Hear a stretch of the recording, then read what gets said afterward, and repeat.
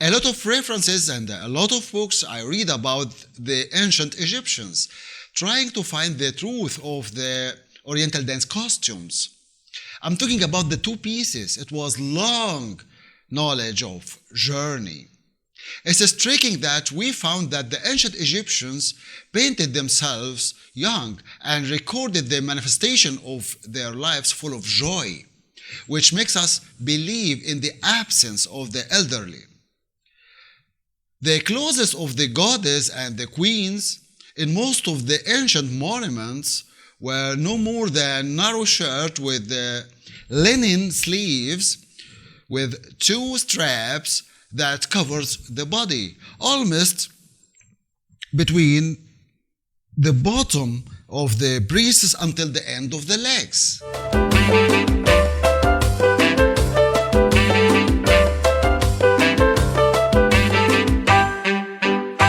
A woman's clothes are subject to the ruling of the circumstances and the tradition of her time, in addition to her social status and job of role.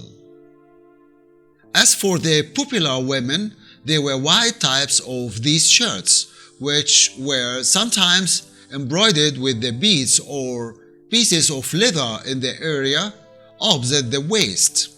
As for the wealthy women, they were in the old state wearing similar types of the same shirts, but they are distinguished from the popular shirts that they are dyed red or yellow. In the era of the Old Kingdom, the robe was very narrow, so as to highlight the charms of the body, and it descended from the bottom of the chest until it reached the ankles of the feet. It used to carry two straps that passed over the shoulders, and sometimes they were tied on the shoulders, and the shape of the two bars were the only one that kept pace with the fashion. Sometimes the two bars extend vertically from the shirt to the shoulders. At the other time they approach one another or intersect. In ancient times, bars covered the breasts completely, but they took a narrow after that enabled the breasts to appear.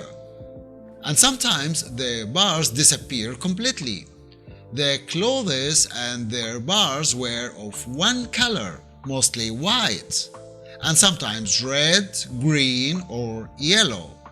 Some clothes were made of leopard skins, and great men and women used them. In the modern state, this tradition differed.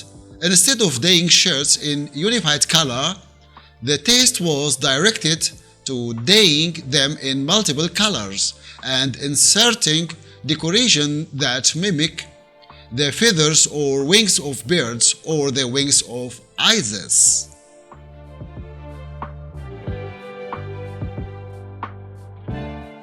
These shirts were extremely thin and were close to the bodies, and women used loose coats of thin wool to protect them from the heat or the cold.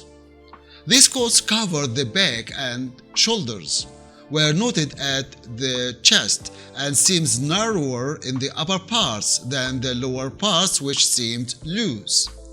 The clothes of women in the era of Ramses tended to be graceful and delicate by using thin fabrics.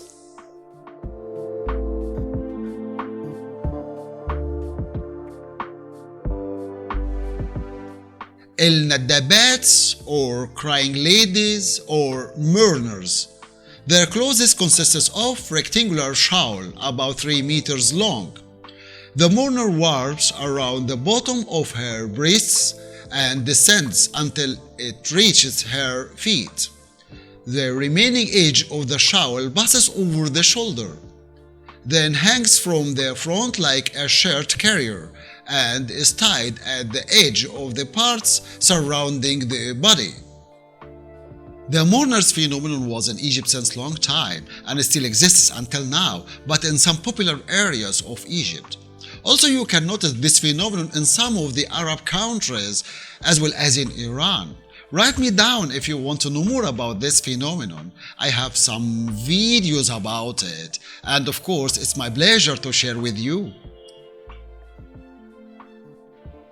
The ancient Egyptian excelled in making and designing his clothes and costumes, and this was evident to the various social classes on the walls of tombs and temples.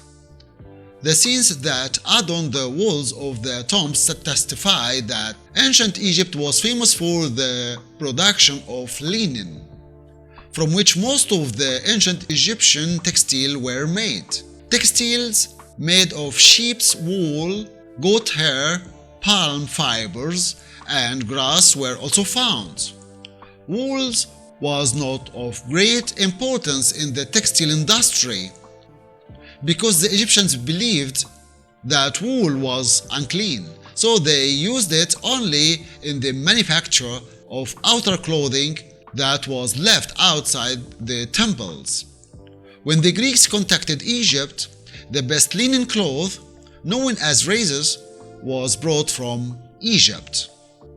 The woman, whether rich or poor, paid attention to the elegance of her clothes, so the clothes of the poor were simple and acceptable, unlike the women of the royal family, nobles, great men, and priests, who often wore light transparent clothes, embroidered or embellished with the bright colors.